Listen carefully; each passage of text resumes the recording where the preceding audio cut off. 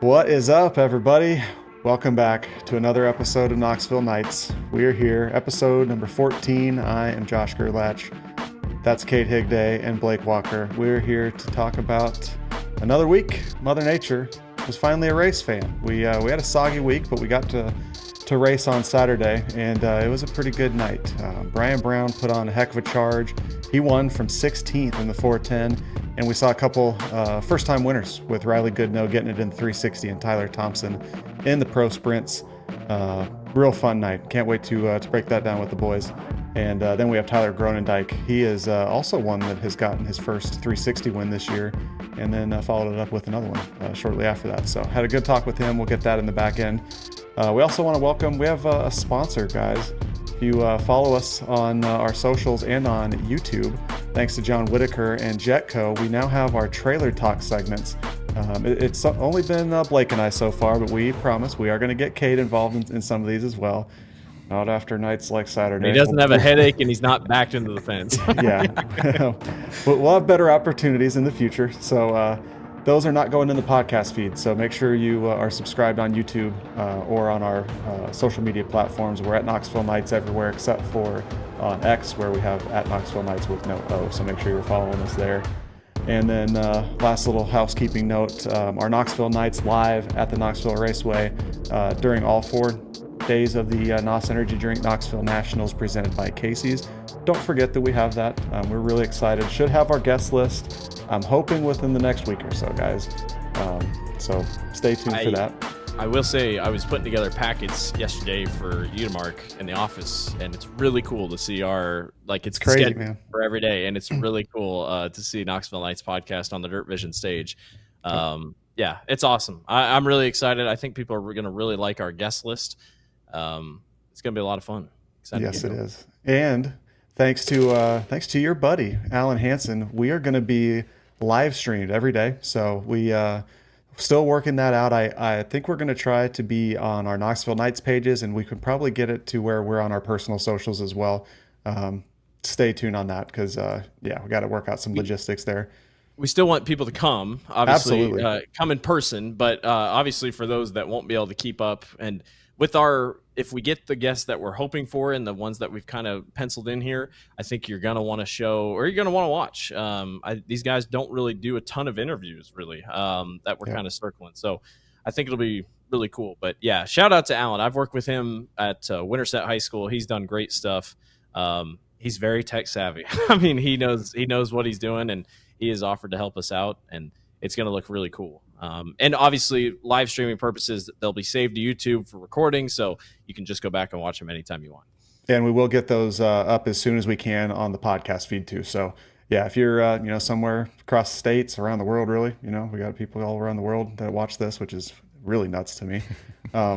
We will have that everywhere. So honestly, without you guys watching and listening, it wouldn't be possible. And each week we say it, but I had more people come up to me last night. That's cool. So we appreciate the support and can't wait to get to Nationals time. We're almost there, which is wild. So we'll go ahead and jump right into the weekend recap, Cade, with you. Oh man, what an up and down, literally and figuratively, night for you. We should have known when the transponder wasn't even on the car. It was yeah. How does that happen, Kate? Yeah, no haircuts on race day either. You forget it in the truck. That's how it happens, Blake. Yeah, and there's one guy that's responsible for that. It's me. Somebody was like, I don't even think it was in the vicinity of the race car. It was not. Yeah. It's not good. So yeah, Cade, you went out, you ripped some probably track record laps. Yeah. You had track record laps out there. Eat your heart out. You were going to lose the track record. Yep. But no times for you, and you pulled in, and the transponder was gone.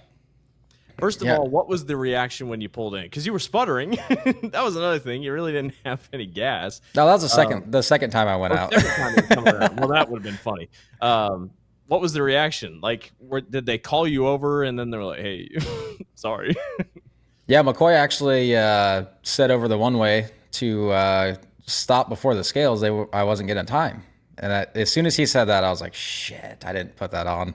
I knew right away. And they came up and they're like, you don't even have one on your car. And I'm like, Yeah, it's in the pickup. Someone's gonna have to bring it up here, and here comes my dad hauling ass. And yeah, I was pretty upset, and I had nobody to be mad at but myself. That was the worst thing. I think you might be the first person this year to do that. We've had some transponders that have not worked, but Yeah. I think you might have been the first one not to have it on the car. Yeah. So congratulations, you're the first to do that this year. Good yeah, job. We won something. Oh my gosh. I was happy though because I knew you were upset without even seeing it. But I could see you in the car. You were very fired up. Shitty circumstances, but you put a good lap down after you went out there, so that was good to see. You ran ninth. Then you got out there in your heat race and we're mixing it up for a little bit there. You had a little bit of tough time. It was fast in the track was fast, I should say.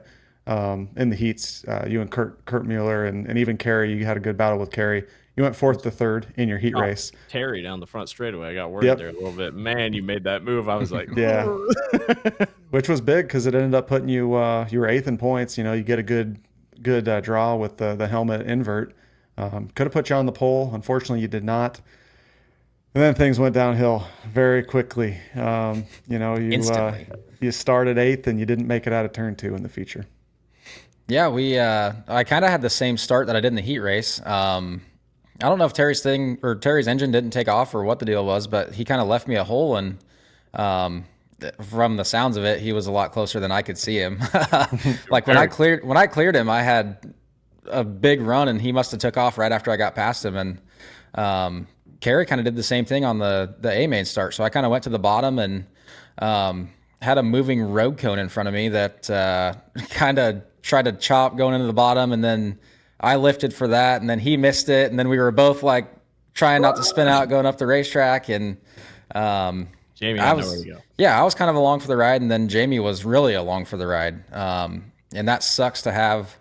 I feel like I had a good car, and Jamie's stuff's really good. So sucks to have 2 race cars torn up for no reason, and then that guy doesn't even finish the A main, and not because he crashed. Yeah. And I want to give a shout out to Jamie. I don't know if that was the car that he took to Lakeside on Friday night, but Jamie went to Lakeside with ASCS, qualified well. He pulled the 1 in the dash draw, so he was going to start first in the dash, and then the lights went out at Lakeside. Like the whole power grid went out at Lakeside, so they didn't get to finish. So he will go back on September 5th and be on the front row. That's a 360, so I don't know if that was the same car, but also didn't run the 410 feature. Jamie did not decide to start. He was going to start 12th. He actually had a good night rolling in the 410, but obviously clearly didn't feel the greatest after that wreck. He got the worst of it. I mean, he helicoptered a little bit more than you. And you said it, Cade, like, all things considering, it might not have been that bad, but he caught you at a weird spot, and that's what tipped you over. Yeah, watching the replay, and I felt it, but I couldn't really tell if that was for sure what happened or if I just misjudged and hit the fence before. But yeah, like once I felt him get into my right rear, I was kind of watching the fence to see if I was going to hit it. And then all of a sudden, like I'm watching it and I'm like, I'm not going to get it. And then I just get freaking pummeled because he hit the top wing and it just like knocked me over. And then I started flipping, and yeah, it was kind of crazy. It sucks, man. Because I mean, but outside of his 1 win, like he's had a hell of a season too. Both of you guys have really not had good luck. And around this time, heading into the 360 shootout too, we're going to talk about that. I had put this down, like it's very disheartening. You got to build a new race car after this. But the last 2 weeks, I would say you have looked way better than you have earlier in the year, besides the one night where you were in the top 5 in the feature. You've at least got to have that to take away, I'd have to guess. Yeah, I definitely got my confidence back and feel like we're getting back to looking sporty, We raced some pretty good guys in the heat race, and like on the buzz lap, I drove through the middle and it stuck wide open, and I was like, oh shit, like we're actually gonna be pretty good here again. And then obviously didn't make it very far in that, but yeah, this season's definitely been kicking my teeth in. But on the plus side of that, we have a good majority of the night last night to kind of lean back on and know that we were at least going in the right direction. How do you approach this week? Any weird feelings going into the 360 shootout, especially after last year, what happened, getting DQ'd, and what a high of high and the lowest of lows. how do you approach it? Is it a revenge factor this week? What is the mindset going in? Mindset's not really too much different. I mean, obviously I want to go win it again and prove everybody wrong and honestly shut everybody up about it. And add another $5,000 to the check that I should have got last year. But yeah, definitely just like Tyler says later on in the show, you gotta kind of take it like any other race. And I approach every race like that. Like I show up to the racetrack thinking the same thoughts every night. Just got to go out and do your job, and things will fall how they fall. And hopefully we end up starting on the pole again. Get Charlie to draw for you, because yeah, no kidding. He's hired. He's been about the only one that's been doing a good job on that. Oh, that's good. We hope for no more Rip Bozos the rest of the year. We'll see what happens. But it's becoming a trend this year for Rip Bozo. Unfortunately, it is. What a night, man. I mean, we got a lot of rain this week. There are not droughts in the metro here this year in Iowa. Last year we just didn't get any rain, it felt like, which is great for us racing, getting races in. We didn't race last week because of rain, but we got so much rain. Thoughts to all the people out in Davenport. My goodness, they got dumped on.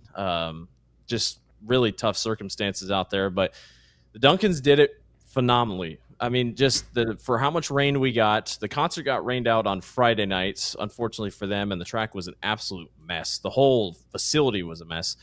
But man, they put it back together, and we had phenomenal racing. The heat races were very good, especially in the 360s, probably the best we've seen. Kind of surprised they didn't kick down the curb. I don't know about you, Cade. I thought maybe they would. John said it was just fluffy. He's like, it really wasn't a thick curb is what his point was when he was calling the Duncans midway through. But really good surface, as we expect here coming to it. Yeah, and I kind of talked to Brad. We were watching the 360 B main, and down in 3 and 4, he was like kind of asking me what I thought about it, and I'm like, well, with like all the rain we got, it's pretty good that it's starting to slick up already. And honestly, like after the heat race, I was like, holy shit, this thing's going to be hammered down. Just point it wherever it wants to go, and it'll go. And it ended up not being like that, which is good. But yeah, we were kind of talking about the cushion, and he's like, well, it didn't curb up tonight. And I was like, no, it didn't. And like normally you think more rain, more moisture, like it'd get a bigger curve, and it never did, which is interesting. Yeah, definitely not what I had on my bingo card going into this weekend. And I know you didn't make it to the turn 2, but there was something crazy. Like normally where the crossover, is for the gate, you can kind of see a little dip there, but there were some guys. We talked to Ryan Timms. He was four wheels. He was 4 wheels in the air. Absolutely. Like with 3 to go. Jack did it too. That was crazy. I don't know what's going on, Kake. If you can like elaborate on that at all, is it just kind of, does it fall off from the cushion there, or what's going on? Yeah, it does a little bit, and it always has. But normally there's like a decent curb before it, so you kind of get plugged into that, and then you're driving straight by the time you get to it. So it's not that big of a deal. But last night, there wasn't any curb to lean on, so to say. So you're kind of just hanging on to what's there, and then once you fall off it, it's just like it takes you where going through the whoops. Yeah, it just takes you over there, and then like right up next to the fence is the worst spot. If you get close to the wall there, Ryan Timms makes this case in point. 4 wheels in the air, Duke's a hazard. That's the worst spot though, is clear up next to the fence. When you're down even 2 feet from it, it's really not that big of a deal. Crazy. We had a bit of a sunset yesterday. I didn't think it was crazy. It got behind the clouds just a little bit. Tony called the sun the moon. That was kind of weird. We gave him crap for it all night long. It was kind of funny. A lot of drivers do the duct tape the tape across the rails to kind of block their viewing, so that way the sun's not in their eyes. Tony Ross put duct tape on the front of his rails and posted on social media. I thought Tony went through the night clean. I think he kept the car on all fours, and then he surprises us again and says, "No, actually, we did a little Evel Knievel stuff as well." And he gets going on his out lap. I think maybe he's on his first lap actually. Yeah, it just coming to green. Yeah, and the duct tape comes off and flies right onto his visor, and he is scrambling to pull that thing off. Eventually did get it off and qualified third, so he recovered well. But I don't know if it was Ashton or whoever was putting that tape on the rails, but that can't happen. Well, if you run a rock screen like he says on there, that is not a problem, Tony. So we know you listen. Maybe we need to see that rock screen on there because duct tape tear-offs are not working, my man. Yeah, that's scary, but he recovered. He got it off quick. I mean, that was a good thing. That could have stuck way worse than it did. But he got. Have you had anything like that happen before, Cade? No, not necessarily with tape or running out of tear-offs or anything like the panic tears. You can sometimes see guys with the panic tears in there. Not so much a panic tear, but I have ran out of tear-offs one time. It was a long time ago.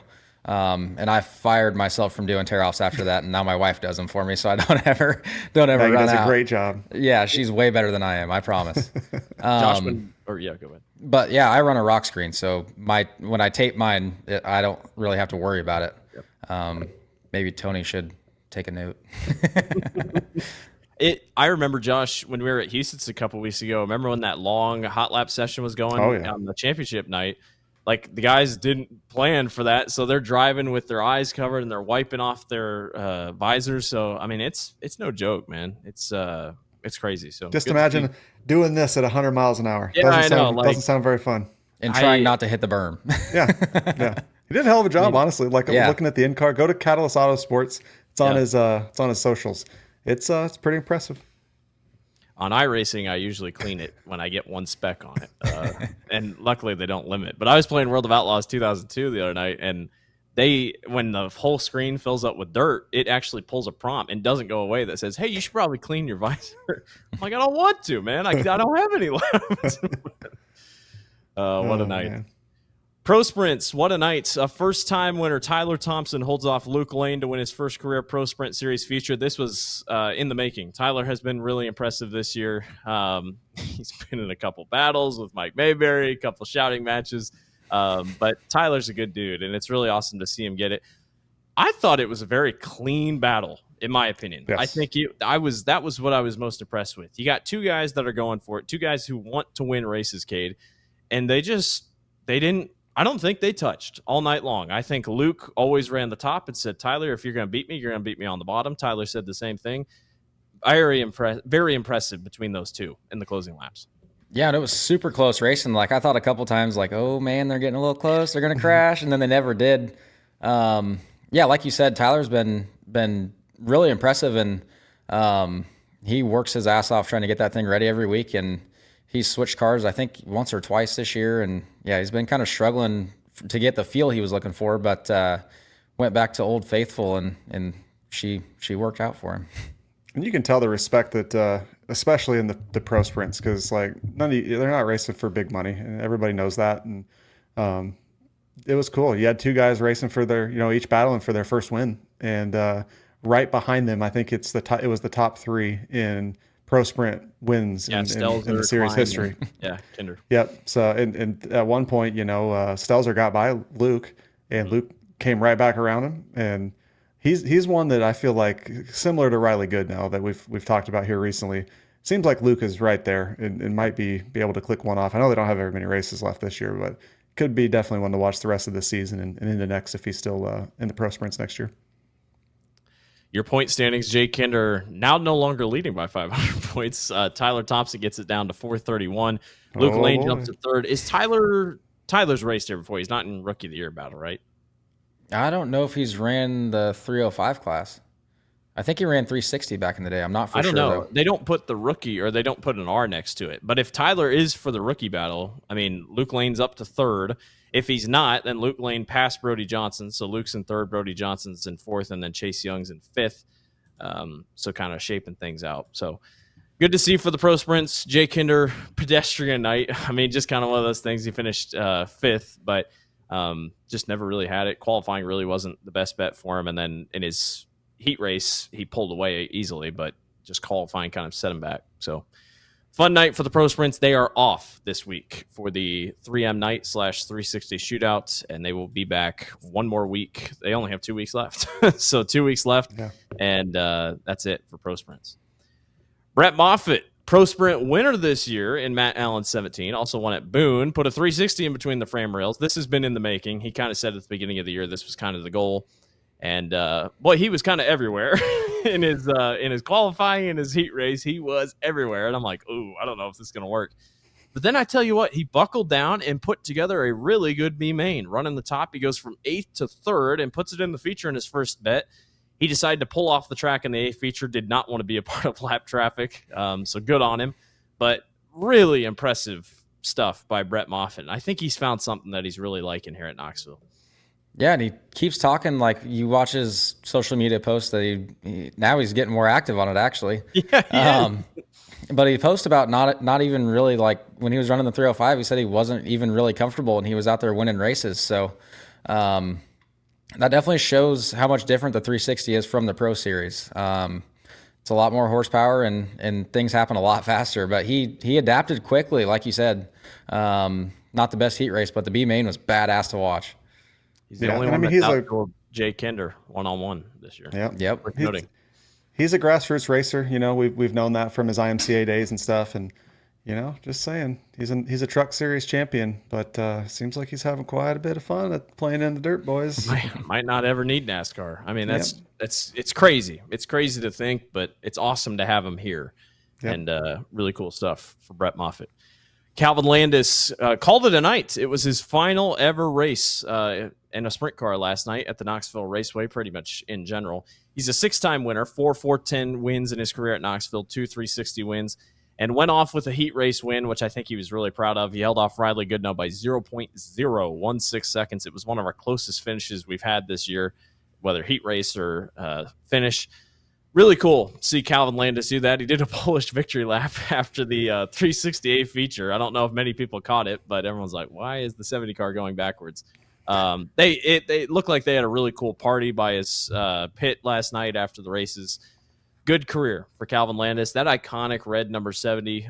It's going to be interesting just not seeing that car at the track anymore, but good for him to go out and at least get a heat race win in his last race. Yeah, especially being that close too. That's crazy. You can't get it any better. And ever since us three, I mean, he's been racing ever since I can remember. So it's another one of those guys that it's going to be weird not seeing around anymore. The man he beat in his heat race got the best of it in the feature. Riley Goodno, finally a winner at the Knoxville Raceway, picks up his first career win. He won a couple weeks ago at Benton County Speedway. Unfortunately, Paul Nienheiser was leading that race. I want to give a shout out to Paul Nienheiser just real quick while we can. If you don't know who Paul Nienheiser is, first of all, do your research. You got to know some get some wheel knowledge in your life, some ethical wheel knowledge. Paul Nienheiser is one of the best Midwest racers that we have in sprint car racing. And yes, you might not see him at the Knoxville Raceway, but this is just not his playground. He is a short track bull ring merchant. And don't take it from us, Blake. Listen to Tasker, JJ when we had them both on. They speak very highly. They of have him. had raving reviews about Paul. He is such a nice guy, and he wins a lot. He's a Sprint Invaders champion. He's got many wins across the Midwest. Unfortunately, broke his back in a couple places in a very nasty wreck at Benton County Speedway in the Sprint Invaders. One of those wrecks where you just don't know what happens next. Unfortunately, it's just kind of one of those injuries that we'll just see what Paul wants to do, how he wants to go about recovery. Recovery will take some time, and he is obviously out for a significant amount of time, and we wish our best to Paul Nienheiser. I don't know if you guys have anything else to touch on that, but I don't think people truly realize how big of a loss that is for sprint car racing in the Midwest. He's been a mainstay with the Invaders, and that's a big loss for them. And thoughts out to him and his family. Hopefully he can bounce back as quickly and as safely as possible. And if he gets back in the race car, I think we'll all benefit from that. But definitely got to take care of yourself and your family. Sounds like Ayrton Jeniton is going to fill in for him. Tab, yep. As much as allows with his power schedule. But thoughts out to Paul. Absolutely. Well, Riley Goodno, like we said, picked up his first career win at the Knoxville Raceway. It was amazing that he hadn't won here before. It just felt like he had been close a couple times, but they've put it together. I mean, Egan and them have really got the car rolling in the last couple weeks. We saw that at Benton County. He's put together good wins here in the past. He's won at Huset's. I mean, he's got the talent to do it. just finally put together a good night all across. And I think starting on the pole helped him, but was pretty good in his heat, obviously pretty good in qualifying. And he just did his job, Cade. I mean, he ran the top well, got around lap traffic when he needed to, and picked it up. Yeah, nowadays starting on the pole doesn't really make your feature for you unless it rains in the middle of the night. If it rains, yeah, okay. but starting on the pole with the competition that we've got in the 360 class, it's still not easy to win from there. So yeah, that shows a testament to how fast they are, and it's honestly been pretty rapid that they got that fast. They got really fast, really quickly. I about said fast again. Got fast. He got fast. Yeah, good to see him get that win, and I'm sure that's not going to be the last one we see this year. And I know we've talked about it here in the last couple episodes. Like he has visible speed, and you know that something is right when the car just looks fast. It's planted, looks good around the track, and his last 3 races have been a 5th, 2nd, and 1st. And we're going to get to our picks later. Maybe he is one of our picks for the 360 shootout this weekend. We'll figure it out. But I think that with Tyler, he could be one to watch to pick up another one here soon because of how well him and John Egan, they're really clicking right now. Absolutely. And not just at Knoxville, like we said. No, and he mentioned that, had a good interview with Connor at Always Race Day last night also. And he kind of mentioned that he made it a point when he started racing sprint cars to get out a little bit and not just be the Knoxville guy that's good at Knoxville but sucks everywhere else. So he's shown success. Ohio Speed Week last year. I think he went and ran one of the speed weeks out kind of in the Northeast. So, I mean, they're not afraid to go out and try some stuff, and good to see Riley get one done. And I tell you what, the 410's fast too. I mean, he has been up there. He spun last night on the backstretch, but he has had good speed in the 22 as well. So JJ Hickle brought it home second. Come on the podcast, you run well, unless your name's Cade Higday. So, I mean, it really worked out well for JJ. Do you want to be a guest next week instead of a host, Cade? Maybe that would change stuff. Absolutely. Yes. Okay. Yes. Great speed from JJ. And it was really cool because of everything he told us last week. Because I tell you what, when he was running near the front, I'm going to remember what he said when he said he wants to win at Knoxville and how much that would mean to him. And I just kept replaying that in my mind. And when we talked to him, Josh, he said he was more proud of the 2M, and we can talk about that later in the 410. But, boy, the 63's hooked up. Also a guy with a Sprint Invaders win in the last couple weeks. Obviously kind of the same circumstances as Riley. Leader has issues, but you take advantage when you can. JJ looked a couple more laps. I think JJ might have gotten there. Yeah, that thing was real sporty last night. Even like with 5 to go, I thought, damn, like JJ's going to win this thing. And I think he might have made one mistake. Yeah, in the closing 5 laps, and that definitely sealed the deal for Riley. But yeah, like you said, another couple laps, he probably would have won that thing. He mentioned it.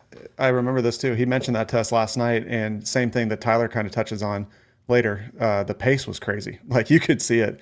They were hauling ass, and like that's what makes it's really exciting. I'm excited for this weekend. Not to jump too far ahead with the 360 shootout, because like the pace that we're seeing with just the 360 regulars is fast, and yeah, I'm so pumped up for the next few weeks, guys. 360 regular, second in points, Tyler Gronike. Struggled early in the night. We talked to him about it here in a little bit, but he rebounded to go from 14th to 7th. Really good run for him. Ryan Giles also went from 16th to 6th. Terry McCarl went +9, 20 to 11th. Clint Garner went 13 to 5. Those guys started in the back. It was just kind of a weird night. They just didn't have the qualifying efforts they were going for. So big movers for those guys. Dustin Salvage, the shocker. Show off the shirt, Cade, while you're at it here. Dustin Salvage, heck of a night for Dustin. Best night he's had in a long time. Qualified well. They went out early, was able to put down a good lap. His heat race went from 5th to 1st, did not lift, going for the lead, going off of turn number 2. Another one. Yeah. I mean, just another heat race win. We think it's up to 7. We're not really sure. I'm going to get with Eric Arnold here this week and see, is the record up for grabs? Because, man, I feel like it's probably Doug Wolfgang. If we're looking in general, not just 360, I bet Doug Wolfgang had like a ton of heat races. It's a safe bet. When he won all those races back in the 80s. But, man, he looked good. We had a chance to talk to him for our Jetco trailer talk, and he's just happy. I think he's happy to be running well and happy that they put a night fully together. And we'll talk about it in 410, but DGRD had a good night. Yeah, absolutely. Yeah, I was shocked to see Dustin. He got the lead pretty quick. I was like, he didn't start on the pole. What the hell's going on here? He always. I told him. I literally was like, "So you didn't start on the pole and you won a heat race? How'd that feel?" And he was up top. He was running the top too. It was crazy night. Yeah, for the people that don't gone. For the people that don't follow Dustin Salvage very closely, go look at his Twitter and you'll see that his family gives him a ton of shit for not running the top, and he gives himself plenty of shit for starting on the pole of the heat race and winning. Last night from his family, and they were like, "Why didn't you win?" He was on ESPN with us though. Like that's what he said. He's like, "I got an ESPN interview here in about 5 minutes."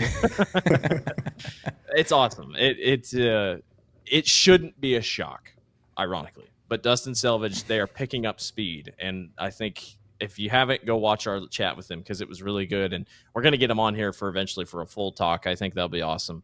But yeah, really cool to see Dustin Salvage putting out good laps, and good night for him.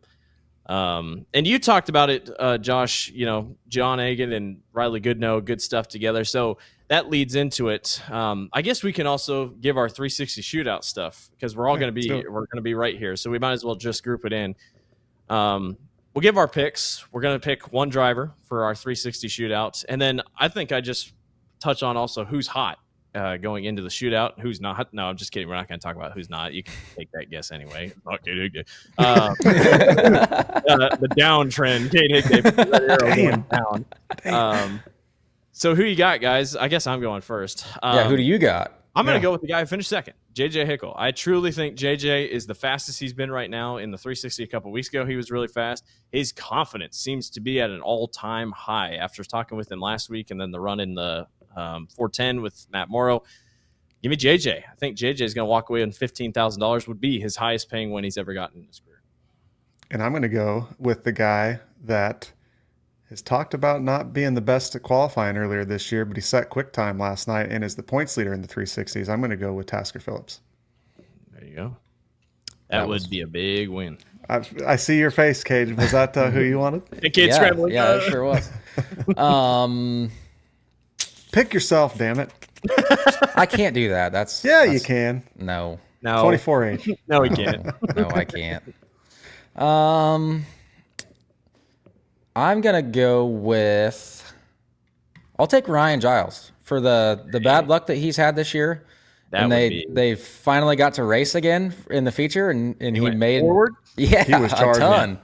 Boy, that would be awesome. That would be so cool. Ironically, we didn't go into we didn't say our guess, but I think Tyler Gronike has a very good shot. Austin McCarl will be in a 360. I think both McCarls will be fast. And then who knows who shows up. Ryan Timms is not slated to go, but we talked to him last night. They are taking the 360 to Eldora in case they need to turn around and come back if it rains. So they will be on standby. It doesn't sound like Kerry Madsen's going to be here. Obviously, Aaron Reitzel and them will be out there. So I think you're going to see a big local 360 field. Our Malvern Bank guys are going to come over as well. ASCS is running down in Oklahoma, so they will not be here. So I tell you what, the chances of a local winning it are right there. I mean, Clint Garner, you never know, obviously went forward last night. I'm trying to think of any others that would be a sneaky pick just from what we've seen, just to kind of put it all together. Cam Martin. I mean, obviously, they got it sounds like the engine issue last night was pretty rough. Yeah. But I don't know, man. I don't think you're going to see a lot of guys 410 wise just bring down. Caleb Johnson is running. I did see that. I assume he's a sneaky pick. Yeah, actually. It is. It's a great pick considering how good DGRD was last night. So. And he won his prelim night last year at the Nationals, 360 Nationals. So Terry McCarl, honestly, he was a sneaky one last night too. Struggled in the heat race like we already talked about, but he went 20th to 11th. So they seem to have hit on something here recently in the 360 where he's been moving forward in the features. But I am really excited. Like, it's cool when you can highlight your local guys and give them big money. Well, I know we're kind of shooting from the hip here because we don't have it in the notes, but Blake, run through some of the kind of contingency stuff. We talked about 1,000 for so we got I think there's a lot. It's just great. 2,500 for hard charger. The B main pays really well. I think it's maybe $1,000 to win the B main. Again, you put me on the spot. I don't want to go completely You're off welcome. top, but $15,000 to win. So that's $5,000 more than last year. Worth noting. That's more than the outlaw shows had paid this year. So I mean, it's a big deal for these guys. I'm trying to think. Obviously, we'll spin the wheel at the beginning. I got you. Okay, there we go. You now. But you can give me we spin the wheel at the beginning of the A main, and it lands on a spot. Wherever that spot finishes is where you do it. It's so funny. We have to do that while you guys are sitting on the push off lane, because if we do it when you're on the backstretch, you can see the wheel, and we don't need anybody sandbagging. I don't. Were you talking about the A main or the B main? Because there's a wheel for both. Also. Oh, I did not know there was a wheel for the B main. There's a B main. Both B mains. There's a wheel to spin, and when whichever position it lands on gets $1,000 for that. There's a lucky 6 bonus. So if a driver starting in 6th wins the A main, they receive a $2,000 bonus. Dang. We got the Charlie Levitt hard charger. That's a $2,000 bonus for the hard charger. $93,000 purse up for grabs for a local weekly show at Knoxville in 360. I tell you what, last week, the week of, there was still being money put into it. Like a couple guys came up and said, "Oh, we'll throw a couple more money or a couple more spots into it." So you never know. Purse could go. I could see somebody be like, "Let's get that purse total over 100,000," which is you awesome. Just never know. But 1,100 to start also. Awesome. How big is that for you guys, Cade? I mean, just to see money like this and $1,000 to a team that maybe doesn't make it out of the B main. I mean, that's good money. Yeah, it's huge, and that's really big for the guys. Not to shit on them, obviously, but they don't race here very much. Like the Nebraska Malvern Bank Series guys, they're obviously going to struggle a little bit more than the weekly 360 guys, and that's really cool that they're kicking back and paying well through the B main, and then they have the extra bonuses too. Yeah, that's super cool to see.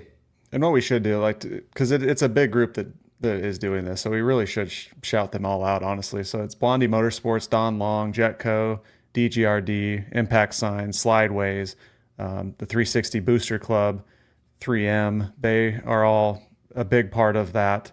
The Knox Vegas guys, I think that's the Meinzer, I think have some. I believe so, yeah. With that. So, yeah. Slideways, ESI, Electrical Systems Inc., and of course Charlie. Maybe Charlie can, like we said, draw for you and get you a good spot there, Cade. I thought you were about to say maybe Charlie can add an extra $7,000. Cade Higday gets a $7,000 bonus for being your number. If you're number 24 H.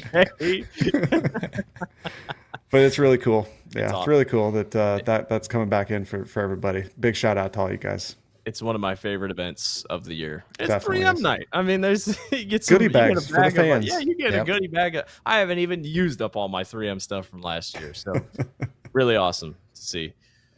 In your 410s, Tasker Phillips rolled up in a DGRD 6W, and it kind of looked weird. It was all red and black and had the black 6W on it. Clint Garner was in a 410. Cool to see Clint. Boy, that was really cool seeing him and Mark Dobmeyer battle for that B main. That was just two of the best going at it. Danny Dietrich comes off the porch and comes over from Pennsylvania, makes that really west swing. He's going back and kicking over to the Brad Doty Classic and then to Eldora. And then Tanner Holmes was back in the 18T. Danny was pretty good. I mean, top 10 finish. I know a lot of people were trash talking and being like, Danny, you're going to come here and struggle. He struggled at the Nationals. I'm sure he'd tell you that. Good run for Danny Dietrich, and then Tanner Holmes just could not get it figured out. He said that I think they broke something in hot laps or qualifying or something like that. And then that was the first time that 16T has been on a big track this season. So a lot of recovery to do. But, man, it's cool to see these guys coming out. Danny does not have the Nationals on his schedule. But I said on his Twitter, I'm like, what are you doing August 6th through the 9th? Because I think a top 10 run might make you think maybe we can come back out here. Yeah, for sure. That's got to be a big confidence boost for him. And, Tanner's been pretty fast here. So that's got to be a pretty He was disappointed. Yeah, disappointing. I was trying to think of a different word, but pretty disappointing weekend, especially the way they've been running here in the past 2 years, honestly. Look forward to him coming back and being a lot better. Yeah, and he struggled in the 21 a little bit here as well. But I go back. I mean, he was top 5 in the 360 Nationals when something power steering broke. So I mean, they've got good races to go, and he ran well at Skagit earlier this year. He had a really good chance. Almost won the big Skagit Nationals. Yep, had a good chance at that. And I mean, they've had just absolutely terrible luck in his own car, getting caught up in wrecks that weren't even his own doing. And yeah, I think as he just gets settled back in, I'm sure that's tough jumping in between, rides and stuff. But it's cool that he's out here and making that swing, because he's definitely one of the rising stars in the 410 ranks. And yeah, hopefully we can see him doing well. Caleb Johnson almost had it. It was going to be a party in Sioux Falls last night. Caleb Johnson started on the front row, put together the best night he's had. I mean, he was high point man. The invert was 0, so that kind of helped him out, but just couldn't quite hold off Ryan Brown, who we'll talk about in a second. But Caleb was so fast, and he said it afterwards. He wasn't mad. He was very happy with the result for our Jetco Trailer Talk, and it made me happy. I have my Caleb Johnson shirt on today, but we're close with Caleb. We want to see him succeed, just as Josh and I do here with Cade, and the 410 win's coming, and to put it on podium at Jackson and then Knoxville, 2 bigger tracks, which DGRD has kind of struggled at, they have got to be happy with what they've been able to do. Yeah, it was definitely a huge turnaround weekend for that entire team. But great night for Caleb. I'm sure that was the only confidence booster that he really needed, was to have another good night, and kind of I'm pretty sure he talked about it in his interview. You kind of get rolling and your confidence starts going, and you just start clicking off wins. And hopefully we see that with him in the 410. It's got to be frustrating. He didn't really let on too much, but when you are doing so well at a place like Huset's, but then you come back here and you're kind of struggling to when you can't get your night started. We've heard it from so many guys. We know that, if you can't qualify well, you're just digging out of a hole the whole night. And it was interesting. You had both cars, him and Salvage, both were had their best nights from the get-go from both of them. So, for their sake, you hope that that's something that they're building on here.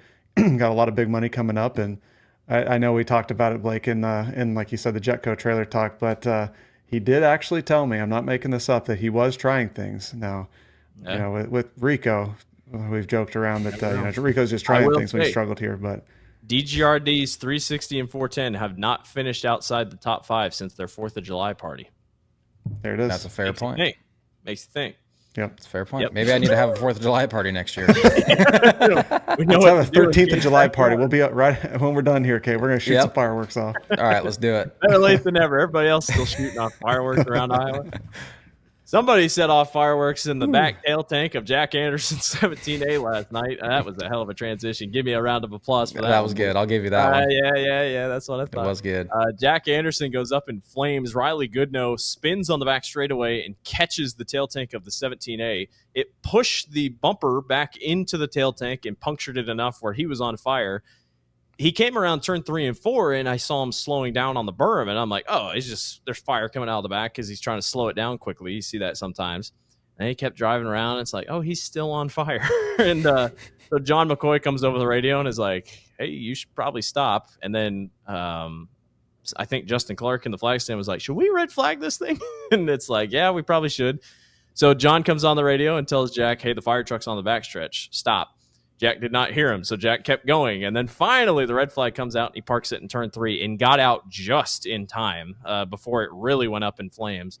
Jack did get burned kind of on his neck.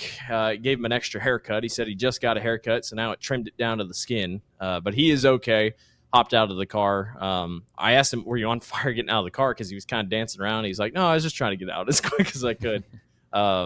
It is just a tough break, man. I mean, he said it too. He said it to it again. He's like, we got to qualify better. The heat race, he started up front. And he's like, the car's fast out front. It's good in traffic, but just out of his control. And very lucky that he got out of the car when he did. Shout out to the Knoxville safety crew once again.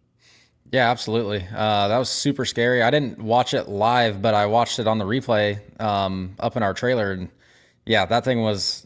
I knew when he stopped, it was going to go up quick, so I'm glad he got out. as fast as he did. And we got to quit talking about him in these kind of scenarios. We started off talking about him driving up through the field and putting on a show and being the normal badass that he is. Hopefully his luck, along with mine, turns around here pretty shortly, and we can have a little bit better conversations after the races than whose night sucked worse. Yeah, because I mean, fire anytime is the scariest situation I think that you can have at the racetrack, and thankfully he was able to get out of there fairly unscathed, because it could have been a lot worse. And I was going to say, I mean, we had 2 tail tank incidents kind of in a way. So obviously there's 2 shells to the tail tank. So it was a pretty tough hit to puncture that second tail tank. And I don't know if you noticed, Cade, you were walking back, but the reason that your wreck with Jamie took so long is they were very careful with that 4W tail tank. Like, they had like a ton of guys uncouple it from the car, then lay it in the back of the trailer. So they were really being careful, as they should be, with all that stuff. Especially the full fuel load. On Jamie's. Yeah, it was tough. It was a tough break for those guys. Brought in an open red, which first open red of the year, boys. It followed Danny Dietrich from Port Royal. Come on, Danny. That's exactly hopefully the last of the year besides Nationals. Yeah, those are always tough. They can't be fun for the teams in a way. Brian Brown had everybody under the sun talking to him. Danny Lazowski went over there, was giving him pointers. Chad Morgan was tweaking on that thing. Caleb said it, and I think everyone knew it. If that open red didn't come out, it would have been close for Brownie to try to get there. But the open red, it kind of helps Brownie get things rolling. I think it was big for Austin McCarl. Austin McCarl shot out of a rocket out of it. And Brian Brown goes from 16th to 1st and passes Caleb Johnson. He passed, I can't remember who the other one, might have been McCarl. Got a 2-for-1 going into turn 1 and got by him. Yep. I think Brownie's most impressive drive since the 360 Nationals a couple years ago. It was unbelievable to see Brian Brown do that. And he even said it. He's like, I didn't win from the front row. And that's what a way to shut everybody up, come from 16th. Yeah, I totally agree. Because to me, I don't know. I would have loved to see Caleb win. He looked a little free, though, to me, when you looked at the guys behind him. I just wonder, as that race went on, if he would have been able to keep that pace up, because like the 27, the 21, and the 10, the 88, they were all plugged in. You could tell. He just looked like he was maybe getting to be a little bit out of the track, but you never know. I agree, though. That was the best that I've seen Brian Brown in a while. And, if he can bring that come Nationals time, look out. Yeah, normally you see a plus 15 from Brown at Knoxville and you're not that impressed, but nobody's been doing that lately. And he used to be the only guy that did it. So, definitely getting back to his normal self. Deepest somebody has come since Sheldon Hodenshield in 2021 at Knoxville, when he came from 14th. I'm going to pull up the tweet so I'm not wrong here. Sprint car ratings came out. Yeah, don't tell me there's no passing in sprint car racing, Justin Fiedler. Shout out Justin Fiedler. Sprint car ratings helped me out with their tweet. So Brian Brown's deepest Knoxville win came on April 21st, 2007. He came from 17th. Came from 17th. So that is the deepest he has come back. He won from 14th in 2007 as well. So 2007 was a big year for Brian Brown coming from the back. He came from 10th in 2013, and then he won from 16th in a 360 back in 2002. So, again, you said it, Cade. Nobody's doing it. I mean, in 20 laps, too. Yeah, in 20 laps, like, that's the crazy part about it. And obviously we've seen Gravel come from last at the Nationals, but he got second. It's the fact of putting a whole night together. So congratulations to Brian Brown.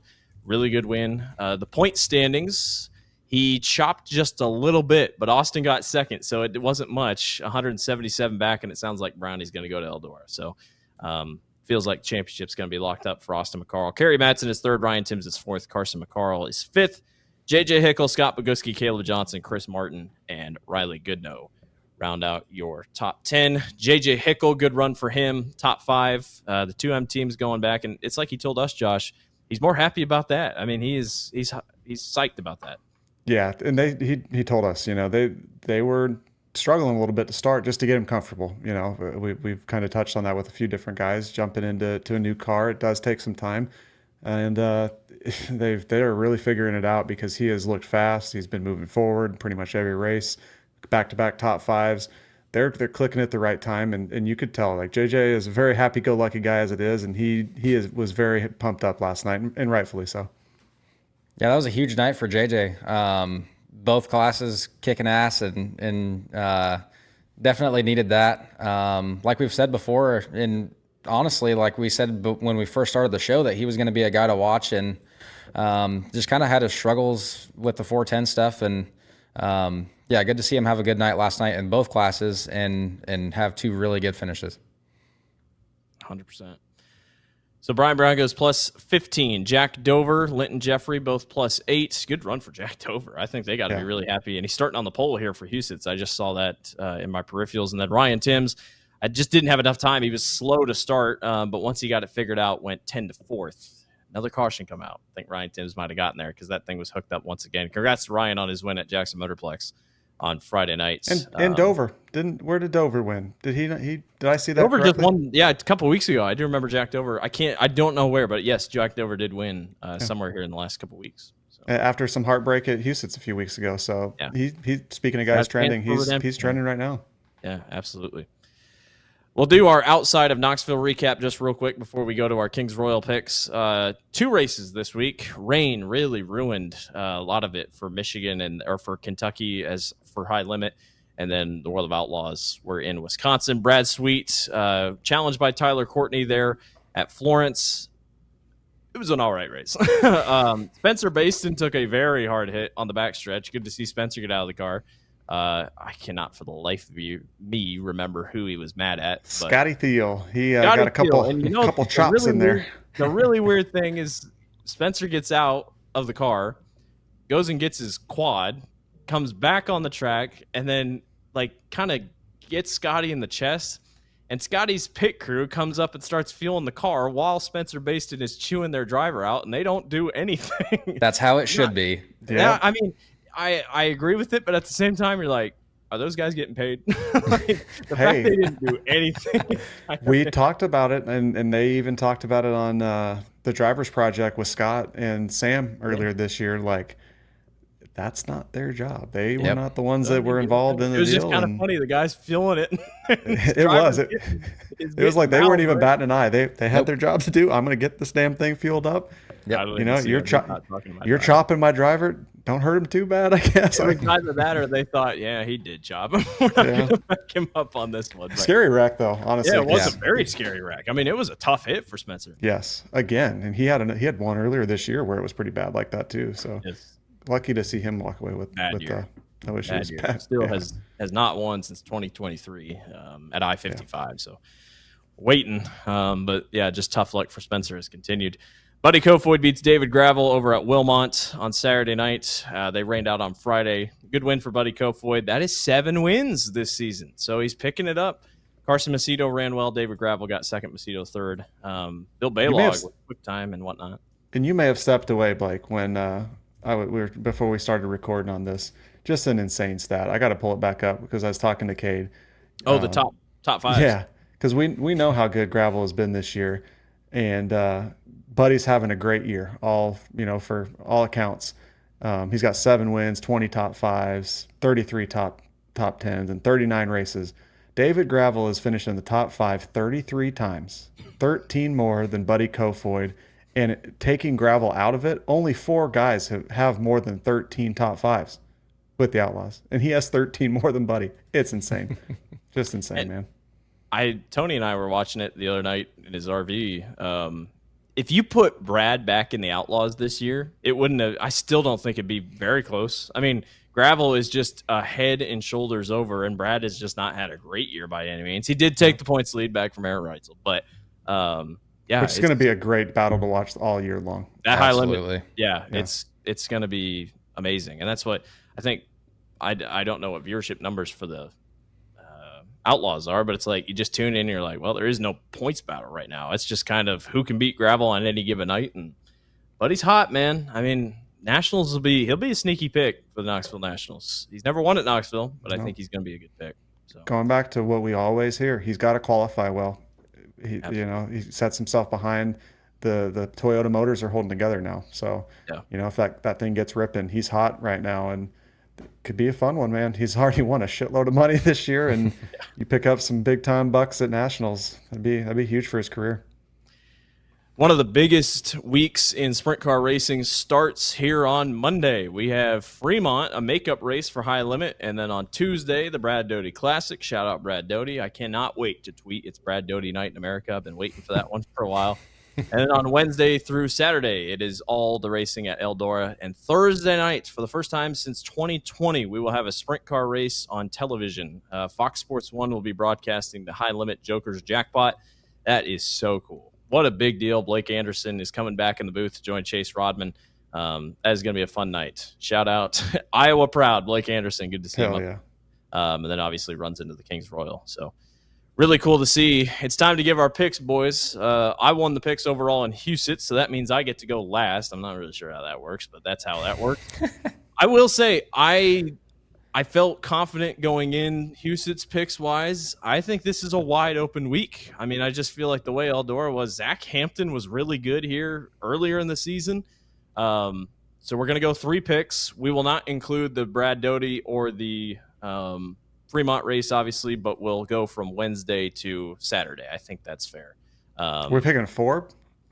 I mean, what do you think, boys? I thought we were just doing Kings Royal. Shit. I mean, Joker's Jackpot's a pretty big deal, isn't it? Let's do 2. Joker's Jackpot. Let's do Thursday and Saturday. Are we doing one pick for each or what? Yeah. What? Yeah. Who wins on Thursday? Who wins on Saturday? Okay. Oh, the Joker's because I thought we could. If we're gonna go what we did at Houston's, we just pick 3 and let it run through the week. Come on, Josh. Hey, man, I don't care. We're making up the rules as we go. I don't care. What are we doing? We set a precedent for Houston's high bank.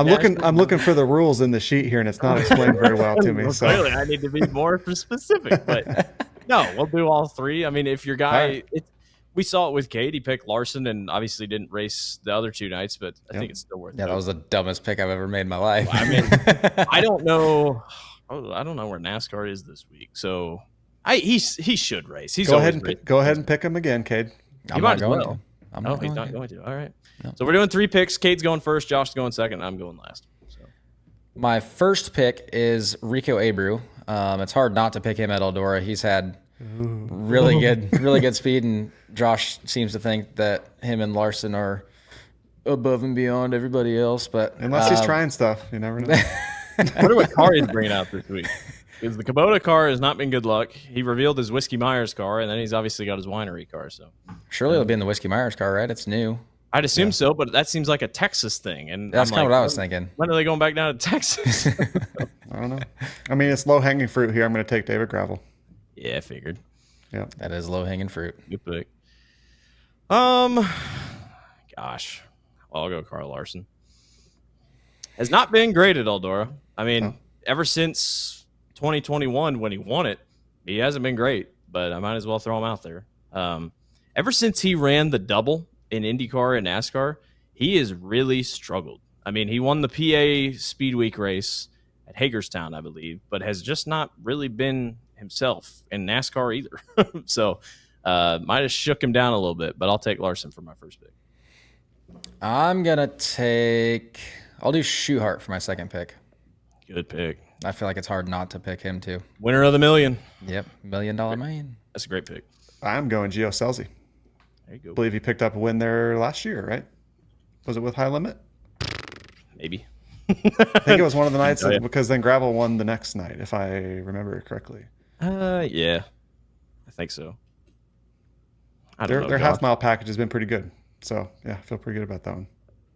Yeah, good pick. Call me crazy, man. I liked what he did in the spring. Give me Donnie Schatz.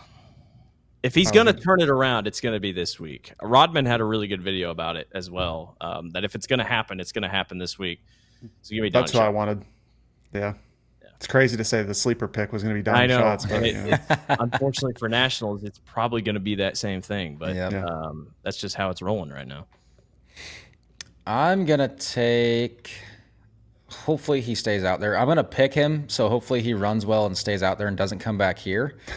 I'm going to take Aaron Reitzel. Dang it. I was thinking that one. I'd assume he'd stay out there. I don't know. If he has a bad Friday. He's done it before. Yeah. He has a bad Friday. He's got a car sitting in town. It's not this bad. is hard for me because I want to go one way. I'm going to look at the high limit stuff. I wonder if Corey Day's running. But you just never know with NASCAR. That's what Josh said. Yeah. Josh was like, I was going to pick Ford today. No, I'm going to go Buddy Kofoid. That's a good pick. It's hard to pick against him right now. Good pick. Oh gosh, boys. Man. I was thinking back to Ohio Speed Week. I'm like, Axum ran well. Dason Persley has run well recently. PPM. Yeah, Parker Price Miller has run well. Just thinking Eldora. There's a couple high limit guys that are right there. Yeah, I know. Right there. Give me Tyler Courtney. That's one of them. Brent Former Marks was winner. another one. Brent Marks, I thought about picking him too. The daytime winner of the Kings Royal when he won in the daytime when they ran 2 in 1 year. But yes, I'd throw out. I honestly, truly, Dason Persley is not bad. I think Dason Persley would be an interesting pick. We didn't put him, but Carson Macedo, I think, can be in and out. I don't know about Brad Sweet. I mean, Eldora is not. I remember his famous video when he won the Kings Royal years ago. Doing the Lane Frost wave. I've never seen someone so pumped in my life. But yeah, we're probably missing someone big here. But I think we got a bulk of what we're going. So yeah, go ahead, Josh. No, go ahead. Okay, I was just agreeing with you. He said, yeah. That was all he said. Cade's going with Rico Abreu, Logan Schuchart, and Aaron Reitzel. Josh is going with David Gravel, Giovanni Selzy, and Buddy Kofoid. And I'm going with Kyle Larson, Donnie Schatz, and Tyler Courtney. So, going to be a fun one. Tyler Groenendyk joined a series of 2-time winner here in the 360s this season. Picked up his first career win earlier this year. He's second in points. He joined us for the Knoxville Knights podcast. Let's head over. Tyler Gronike joins the show here on the Knoxville Knights podcast. Tyler, a 2-time winner now in the 360 Randall Roofing Sprint Car Series here at the Knoxville Raceway. Tyler, welcome to the show. We've been wanting to get you on, I think, even before you picked up your first win here in a 360 at the beginning of the season. Now we're finally able to get you on. I don't think a lot of people know that you've been here at Knoxville quite a bit. You've obviously won pro sprint races, now finally broke through in a 360, but give us a little touch of the background, where you come from and whatnot. Grew up in Oskaloosa, correct? And, just give us a rundown of how everything's gone for you up to this point. How'd you get here? Yeah. It started, I think, when I was 6 or 7 years old. Dad put me in a go-kart. My dad was racing go-karts at the time. And so did that for a little while, and then actually got on dirt bikes just because that was easier to do. You could ride those around the farm or whenever, kind of when I was 10, 12, 14, into 16, I was actually riding dirt bikes. Still with the overall goal of what I wanted to do was get back to, big car racing. At the time, Knoxville was the ultimate dream, but, even just getting to race like an Oski, a stock car or modified or something I thought would be really cool when I was, that young. And when I was 18, I think Dad decided I'd spent enough of his money. So when I was talking about those things, he said, hey, if you want to do that, go figure it out on your own. And ended up buying a modified and actually raced dirt modifieds for several years here at Oski and kind of around Iowa, Midwest, and that type of thing. And then still had the sprint car itch. And, to me, that was still the coolest race car on the planet. And Knoxville Raceway is just down the road here from the Oski Lighton area. So grew up going to the races there and just dreaming of someday racing there. And started out driving about a year and a half for Steve Wares is how it got started. And then kind of tried to do my own deal for a couple years beyond that. And, just struggled financially to kind of put everything together and stay at the racetrack. What we had for equipment was with us at the racetrack. And if it didn't go well, we weren't coming back next week. And that was kind of the story for us for several years. We were there, but barely there. And then, got to a point, had a couple better opportunities there along the way. But then when my son Jax was born, he's 7 now, actually got out of racing, sold off basically all of my sprint car stuff and trailer, everything, kind of went away and didn't race much for a couple years. And then a little over 5 years ago now, I got hooked up with Alan Geetings. With the pro sprint class becoming an option, it kind of created an affordable way to get back to Knoxville. So we decided we'd go do that and see how it went. And here we are almost 5 years later. So that's kind of how I got to where I am today. And you put out I know you said you're not one for many words on social media, but here just a week or two ago, you put out a pretty big post thanking some of those people that that help you get to where you are. How do you get hooked up with those guys? And yeah, if you want to expand on that a little bit more, like you talked about on your Facebook post there. It's honestly, it's a lot of hard work. And it's a lot of relationships I've had for a lot of years now. It's just stuff that started a long time ago, and some of those relationships, from a sponsorship or marketing partnership wise, have come and gone and come back or whatever. But just trying to, build relationships, stay in touch with people, whether they're helping you or not. It takes every single person that's ever helped me to get me to where I am today. So, I'll forever be grateful for everybody that's, ever been part of our race team, and just doing our best, to try and represent a team in a good way. And we're a small family team, but just trying to do things well and as professional as we can. And, just thankfully have a lot of great people that are part of our team, from a marketing partner standpoint, that just, align with why we do what we're doing, and, want to be part of it. So without that, even today, I don't have a business that supports my racing or anything like that. So without my marketing partners, I'm honestly not at Knoxville today. So, just grateful and blessed to have the people that I do that surround me, from my guys that help work on the car, to our marketing partners, to my family. It's a small army of people, and, although I'm a big part of it, I do a ton of work. I'm still a very small percentage of everything that it takes to actually, get a competitive race car to the track and do what we do. So just living the dream, I guess they say. Yeah, heck yeah. You talk about racing modifieds, and Giles was kind of in the same boat with the late model stuff. Is there anything that translates from like your modified racing as far as a driver that translates to sprint cars? I mean, you're still racing on dirt, so I think just learning how to read dirt, starting to understand, you roll into a racetrack and kind of get an idea of kind of the current track straight, or what it might do for the night. Those types of things, translate. And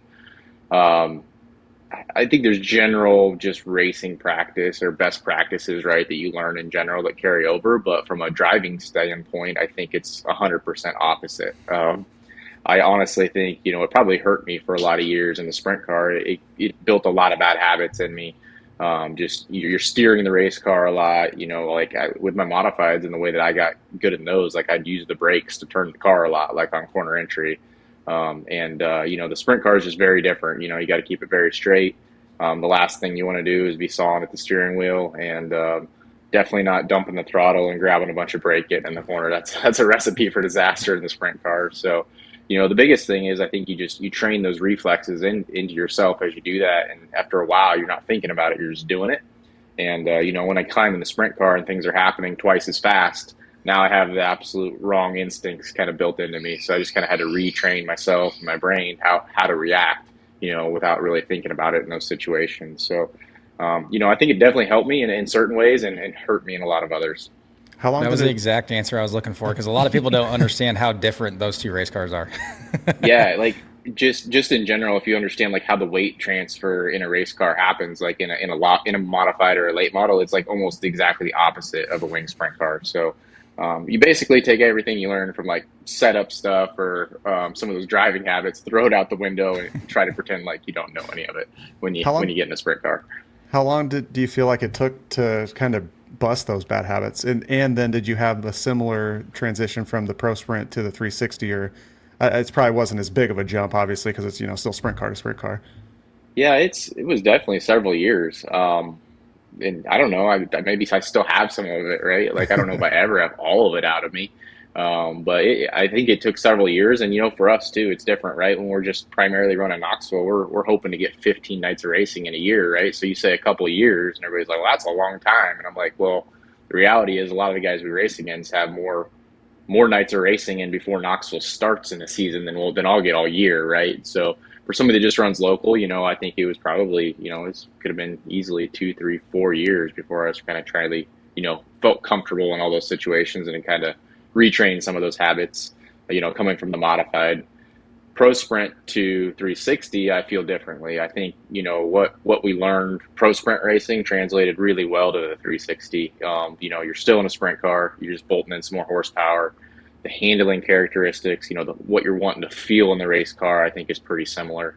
You can't figure out what gear you're going to run in a Pro Sprint and know what you want in a 360 per se, but in general, when I change this specific thing on the race car, how's that change the car? What feel does that change for me? I think that translates, it's pretty apples to apples. So I think you can learn a ton running a pro sprint and just figuring out as a driver what you want in a race car and what setup changes, help get you there.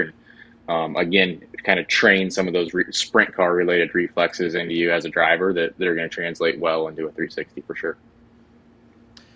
Your hard work finally paid off earlier this year. You finally made it to victory lane in a 360 and then able to do it again, and I think that a lot of people thought that same thing. They were like, man, if you get one, then it kind of puts the monkey off your back and you're good and you can do it again.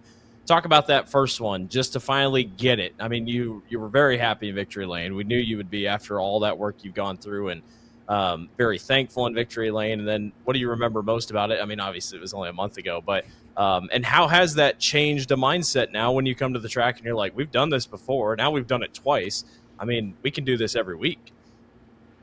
Yeah, I think, for me, we'd ran second a lot. We'd almost won several races, and we'd shown that we were capable, if everything aligned to be in position that we could do it.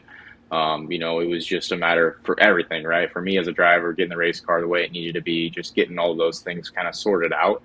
I think for us, in certain situations in the past, maybe I've seen people win their first race just because it was like they were kind of in the right place in the right time, and it just worked out for them. For me, it never really worked out for me, so I never got that first win that way.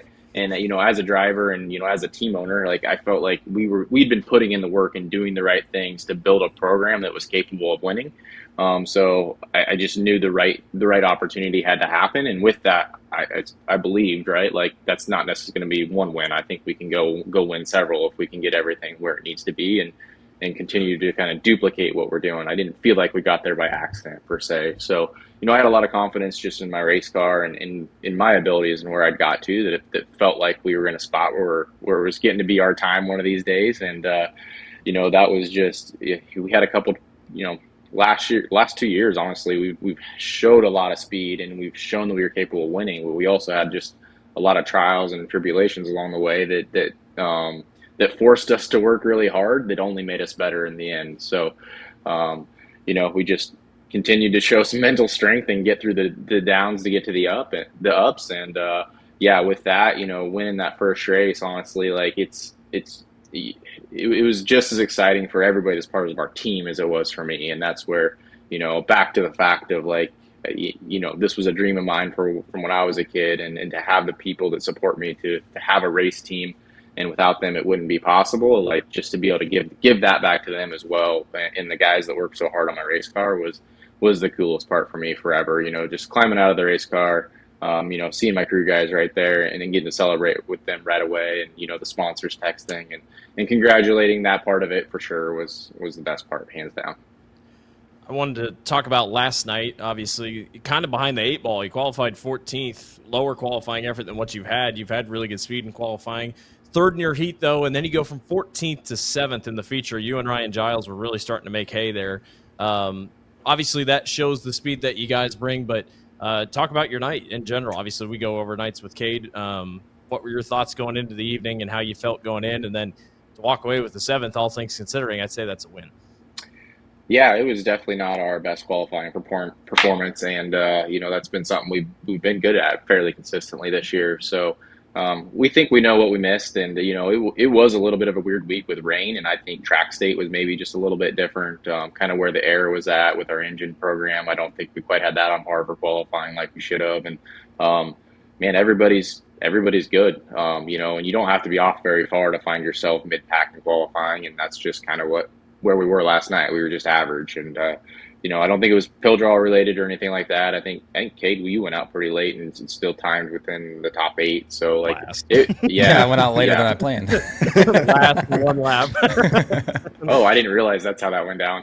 Yeah. But yeah, I think honestly, that was just where we were at for qualifying last night. So we'll go back to work on that and try to improve. It's obviously below the standard we try to be at there, and beyond that, just going back to some of the things we know, we were decent in the heat race and, really pretty good in the feature, just kind of lacked some of that initial track position, as I think we all talk about at times. So overall, happy to get to 7th. I think we got a couple freebies there at the beginning, thanks to Cade and a couple other guys. So guess we'll take them when we can get them. But I feel for you guys that are building cars this week. While we're on the topic of qualifying, you run a qualifying wing, don't you? I don't know if I can call it a qualifying wing. We have two different types of wings that we've been playing around with, trying to figure out when and where we want to run them. Honestly, we've been running. It hasn't been qualifying specific. We've just been playing around with some different wing packages. I guess I would say it that way. I gotcha. I've seen you guys switching wings a couple times. What are your thoughts on the actual like legit qualifying wings and how the ASCS is trying to get rid of them? I don't know. I guess I don't have a strong opinion about that.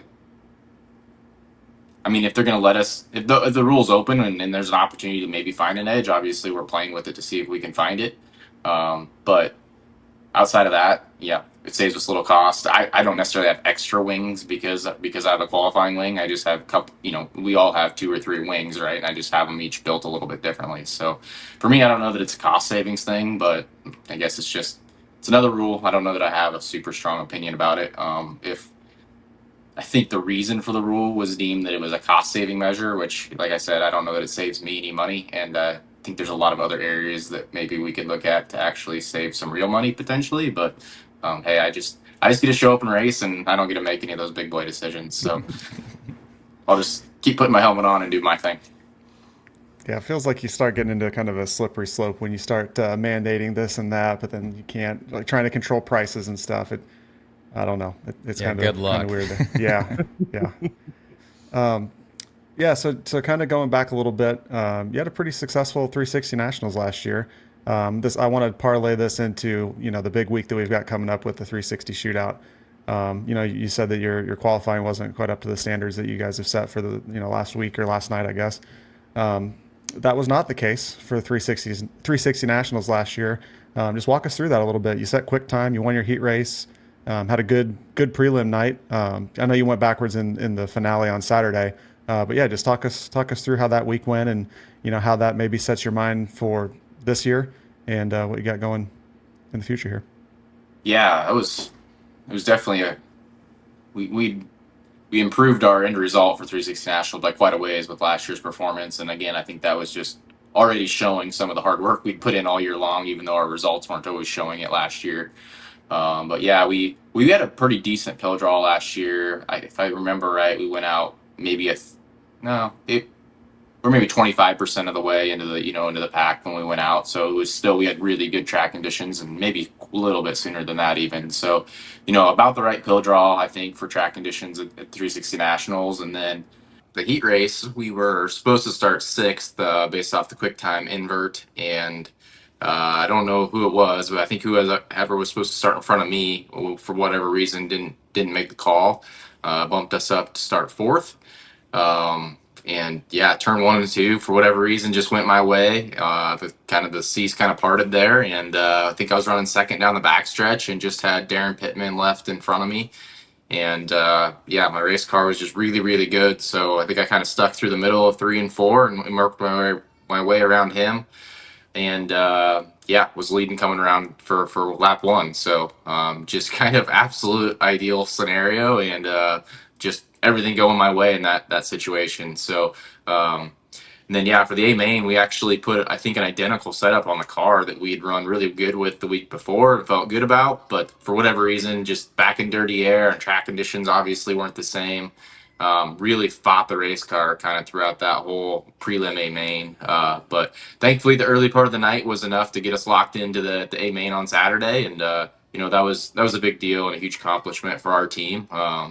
And we were having a lot of fun in that deal. And then we actually we heard a motor there, I think about halfway through, or I think we probably could have ran, we were in position to run, I think, in the top 10. So, ultimately was really happy about our week and our speed, and didn't get the end result that we wanted, but I think proved that, if things are right, that we're a team that can contend for those A main starting spots for sure.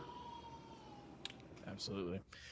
Talking about nationals, you did a really cool thing last year. You have phenomenal sponsors, and you tell us that, and you can maybe talk about that here after this. But you did an opportunity where the side of your wingboard had an opportunity for somebody to come on and sponsor.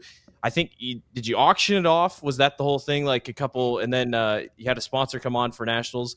talk about that whole experience, because that seemed really cool. I know I was kind of bugging you about it. I'm like, hey, who's the sponsor? Who we got here? And then is there a plan to do it again this year in any sort of capacity? And just talk about that whole thing, because that was really cool. Yeah, so last year, I honestly was on the fence of whether I was going to race last year up until about a month and a half before race season. I think we maybe finally decided we were going to race. So putting the sponsorship stuff together was very last minute. Just had a ton of stuff going on life-wise, and didn't really know if it was the right thing to do, if I should be doing it, but we ended up deciding to do it. And as an end result, I didn't end up filling kind of the main spot on my top wing.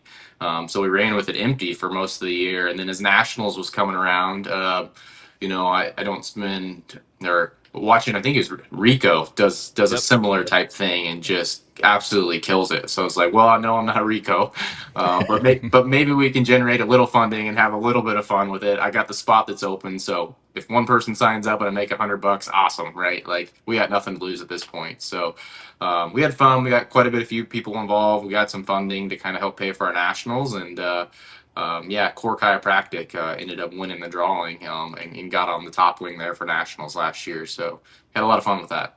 What's there a plan to do it again? So Vanderlyn Services now, they were on my nose wing last year and they moved to that spot this year. Awesome. So they're one of our primary partners, and they'll get to carry that all the way here through nationals and the rest of the year. So no need for that. The only unique thing I guess we do have going on this year is we've done some of this in the past, but trying to do some fundraising for some local families that need some help. So Ross with Core Chiropractic is one of it, but with our t-shirt sales this year, we're giving away 100% of the proceeds.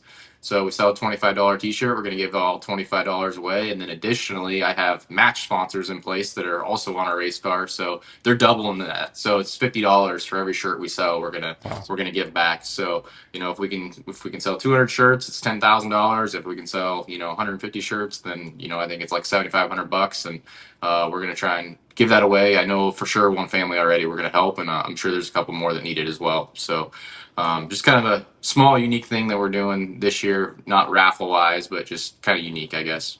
That's really cool. After the races come down to your trailer is probably the best way to buy those. Yeah, we'll have some of the trailer. My brother-in-law's been selling. He just started selling shirts under the grandstands as well. So if you're on the way in onto the midway, we'll have them there. Or you can hit us up on Facebook and we can get them to you that way as well. I have to get one. That's really cool. Yeah, it's cool stuff. Going back to the 360 Nationals talk, what are your thoughts on these national 410 guys coming down and running the 360 Nationals? For 360 Nationals, it obviously makes it tougher for me to get where I want to get to. But at the end of the day, they can sign up the same way I can, right? So, the sprint car landscape's changing a lot right now with high limit getting in, coming into play. And obviously that's the reason why these guys are even available, is because they don't have a scheduled race as part of their national series. So they're not going to the Ironman.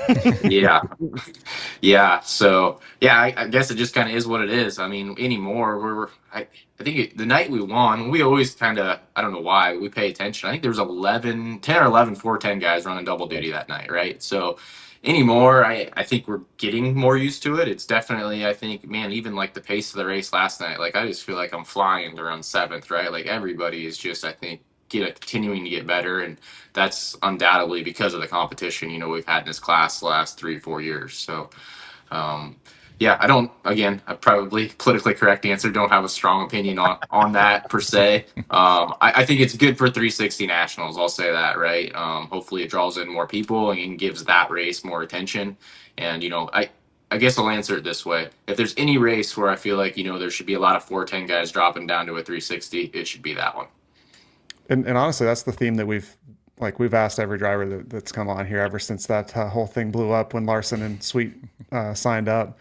And I mean, the racing that you guys put on in the 360s at the Nationals is so good. You had Caleb. I can't recall who won the Friday prelim last year, but you had a 360 regular at that time that won it. I think it was Caleb Johnson. Yeah, who won on Friday though? I can't remember. Sam Haferteep. So he's pretty good in a 360. Yeah, I mean, decent. One of his 80 plus ASCS wins. Right. But I mean, there was plenty of 410 guys. In your prelim, you beat them all in qualifying. You won your heat race, and you were top 10 ish. On Saturday night, it's it's not like you guys can't compete. You guys have shown it. Like you just said, you guys can beat anybody on any given night. And I think it improves the product, and the big names coming is going to be good for the fans, and hopefully getting more fans there, especially with NASCAR in town. Yeah, no, I agree. Absolutely. 360 shootouts next week. A lot of money, $15,000. It obviously, for both you and Cade, to be one of the highest paying wins both of you would ever have so far up to your careers in this point. What is the confidence going into this? And 360 shootout for you guys is normal points. You're obviously in a battle for points. I think ask me if I'm wrong, or tell me if I'm wrong. I think you've maybe told us before, like, points are not really in your mindset a ton of times, but you're second in points. You're still in striking distance if Tasker has one off night. But 360 shootout, despite all these bigger names, some will come in. It won't be as much because of the King's Royal, but it's still a normal points night for you guys. It's not just show up points. First of all, what are your thoughts on that? Do you think it should change to show up points just because it's becoming such a big deal? And then what's your confidence going into it? Because right now it seems like you got the speed to possibly be right there. Yeah, I mean, first off, like, extremely grateful, right? The work's gone into to put this race together and give 360s this kind of money to race for, and that's really exciting, I think. That being said, I do tend to start to think, when we get, we come into this week, we'll have 360 shootout, and then the next week, I think it's the week before 360 nationals, which is always huge as well, right? And I think it's not the case this year, but I think in the right situation, right? Like, these 2 weeks could determine a 360 championship for sure. And it could simply be, depending on how you draw, right? If you draw dead last both these nights and you're neck and neck for a championship, like, and the guy you're racing for the championship draws the opposite, right? And gets to start up front and gets prime track condition to qualify. And depending upon how the track works out those 2 nights, like, it could make the draw those 2 nights really important, or could really potentially swing the championship, I think, in a potential year. So I definitely think with where this race is getting to, if it continues to be, what it is now, and that's the plan moving forward, like, at some point, I think considering, a show up point type situation for a race it's not our normally weekly race, right? Which is what our championship series is based around. Like, I wouldn't necessarily be opposed to that. With position I'm in, like, I feel like it could only help me, right? Like, I could use the help, right, to be the guy on the good end of that this year, based on where I'm at, if we're truly thinking about winning a championship. But that ultimately, I guess, doesn't change my opinion of, like, I think, when I think of racing for a track championship, it's your weekly race nights, right, throughout the year that build points to get there. And we have some I think, very unique nights that get scattered within, another 13 or 14 other, or 12 per se, other nights that could potentially sway a championship. But at the end of the day, we're all racing under the same rules. We all have the same things to go accomplish when we hit the racetrack, and it is what it is. So I for sure don't focus on the points too much, I don't think. I think we're in a spot where we came to the year one to win some races, right? That's our goals. The championship, it'll be what it'll be. We're just going to show up and give it 100% every night. And when it comes to, how do we make decisions on the race car before an A main or whatever, it's about how do we put ourselves in position to win the race, not necessarily how do we put ourselves in position to win the race, not necessarily try and be conservative to make sure we don't screw something up. I think the night we won my first race, we definitely made decisions like, hey, we want to go try and win this thing. It wasn't hey, how do we make sure we're decent, but maybe we're not lights out. We basically made the decision of, like, nope, we're going for it. And I think where we're at as a race team right now, that's just kind of how we're operating and the mentality we have. And Cade, I've got this question for you also. But Tyler, this is a big money night. So, like, are you just going to try to approach that as a normal Saturday night, in your 360 class? Or are you like, no, this is for big money. Like, if it, push comes to shove, we got to make this decision over that, versus if it was just, in the middle of May? I think for me, I'm just going to go in like it's a normal night. Anytime I do anything other than that, I don't think it works out too well for me. So, yeah. It's just a normal night. Like, at the end of the day, we're still on the same racetrack, doing the same thing we do every week. So, strap in, give it 100%, and the result will be the result. But that's how I'm going to go into it, and see where we end up. Yeah. I feel like you're probably going to give the same answer, Cade. Yeah, I was going to say same answer. It's really easy to get, and I think this was part of my challenge early on in my career. You show up to Knoxville and you look around at the drivers meeting and you go like, man, these are the guys I got to beat tonight. I think you can get in your own head too, right? There's a lot of guys around there that got a lot of race wins, a lot of championships, and those are the guys you're lining up against. So to a certain degree, like I think you just show up and do what you know you can do, and you can't control who else signs in or who you're starting next to or what the invert is or all those things. So I've just kind of adopted the mentality of every night's another night, and we're just gonna do what we can. They all put the same, the suit on the same way. So you got to go out and perform. It might be a little bit different. They might put it on a different leg first. Well, yeah, that's fair. Maybe that's what we do wrong, Cade. I guess. Jeez. What Left is foot first. Yeah. I'm the same way. What's your ideal Knoxville? Like slick bottom, heavy bottom, no top, thick top? What's your ideal? I like it when racetracks slow down a little bit and there's a little bit more finesse, with what you're doing with the race car and the pedals. So yeah, I obviously with my driving style, like I'm usually better around the bottom than I am the top.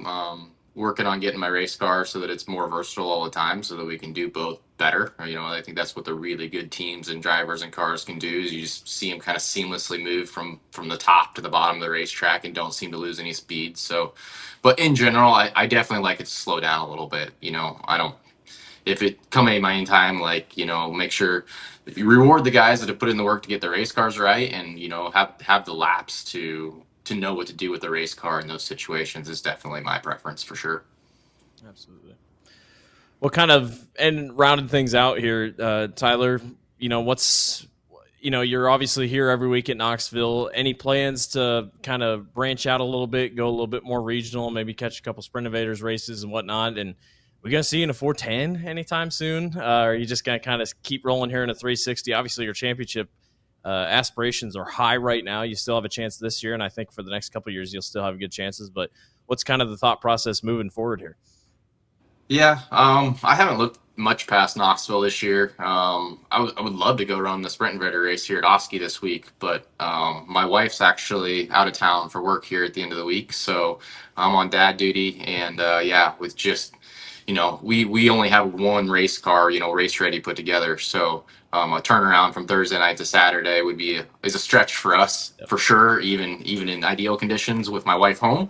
And with her not home, I don't think that's probably a wise decision for us. So I'd love to go run that race, but I don't think that's in the cards for us this year. And then we'll get through Knoxville and just we'll see. As of right now, we don't necessarily have plans to do anything, which is pretty normal for me. Knoxville is our focus. It's where we tell our marketing partners we're going to be. It's where they want us to be, and so we continue to try and put ourselves in positions to make sure we can be there every week, because that's our commitment. So we'll get through that, and then there's a lot of fun races here at the end of the year we can go do as well. And part of that just depends where we are, on equipment and motors and all those good situations. So no plans to run a 410 as of today, but you never know what happens on the phone tomorrow. So we'll see what happens. That's awesome. Well, Tyler, we appreciate your time. Thanks for coming on and chat with us today, and good luck here in the 360 shootout, and good luck chasing a championship here in 2025. Yeah, appreciate it. Thanks for having me on. I've enjoyed it. Thanks a lot, man. Thank you. Good luck. You bet. See you guys. Glad we finally got Tyler. I know we've been talking about it, kicking it around for a little bit here. So big thanks to him again, and congrats. He's had a really good year, and maybe he's going to make this thing pretty close with Tasker. You never know. Don't wish any ill on anybody, but if Tasker does have a slip up, he is within striking distance. So that was a fun conversation. Hopefully everybody enjoys it.